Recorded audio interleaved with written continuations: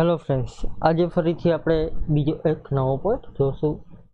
તો સૌપ્રથમ અહીં પ્લસ એકાઉન્ટિંગ આપણે ખોલી લીધું છે, એમાં જશું. હવે ફ્રેન્ડ્સ, આપણે ગયા 3 દિવસે કેપિટલ, ત્યાર પછી ડિપ્રેસિએશન અને ઇન્ટરેસ્ટના હવાલા જોયા. હવે એ ડાયરેક્ટ અહીં આપણે યુટિલિટીમાંથી નાખતા હતા, એને બેલેન્સ શીટમાંથી નાખવો હોય તો કઈ રીતે નાખી શકાય. તો અહીં આપેલું છે ફ્રેન્ડ્સ, તમે બેલેન્સ શીટ ખોલશો, રિપોર્ટમાં જશો, એમાં રિપોર્ટમાં આવશે બેલેન્સ શીટમાં બેલેન્સ શીટ. અહીં બેલેન્સ શીટમાંથી ફ્રેન્ડ્સ ડાયરેક્ટ આપણે હવાલા પાડી શકીએ. અહીં હવાલા એન્ટ્રી આપેલું છે, એમાં જશું. તમારે જેના હવાલા પાડવા છે એ સિલેક્ટ કરશો. કેપિટલનો પાડવો હોય તો અહીં કેપિટલમાં એન્ટર આપીશું, ઓકે કરીશું. અહીં ડાયરેક્ટ એ ખુલી જશે. અહીં કંટ્રોલ એચ કરીશું એટલે કેપિટલના હવાલા પડી જશે, ઓકે કરીશું.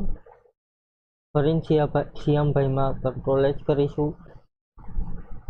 ઓકે કરીશું એટલે એના હવાલા પડી જશે. ત્યાર પછી અહીં ડિપ્રેસિએશનના હવાલા પાડવા હોય તો અહીંથી તમે ડાયરેક્ટમાં પાડી શકો, એન્ટર આપીશું.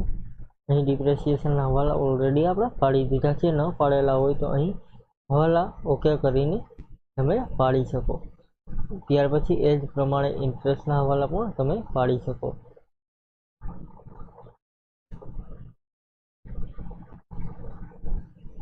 હવે ફ્રેન્ડ્સ, તમારે હવાલા ઇફેક્ટ જોયું તો અહીંથી તમને જોવા મળશે. હવાલા ઇફેક્ટ એટલે કે આવતા વર્ષની જે હવાલા ઇફેક્ટ છે એ તમને જોવા મળશે. અહીંથી હવાલામાં જશો તો જે આવતા વર્ષનું છે એ તમને શો કરશે. એટલે કે આવતા વર્ષે કેપિટલ એકાઉન્ટ આટલું રહેશે, એના હવાલા આટલા ગણાશે, એની ડિટેલ તમને જોવા મળશે.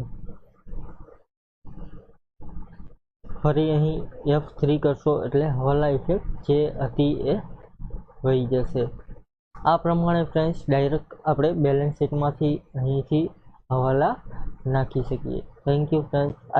આજનો પોઈન્ટ અહીં પૂરો કરીએ. કાલે ફરીથી એક નવો પોઈન્ટ જોશું. Thank you.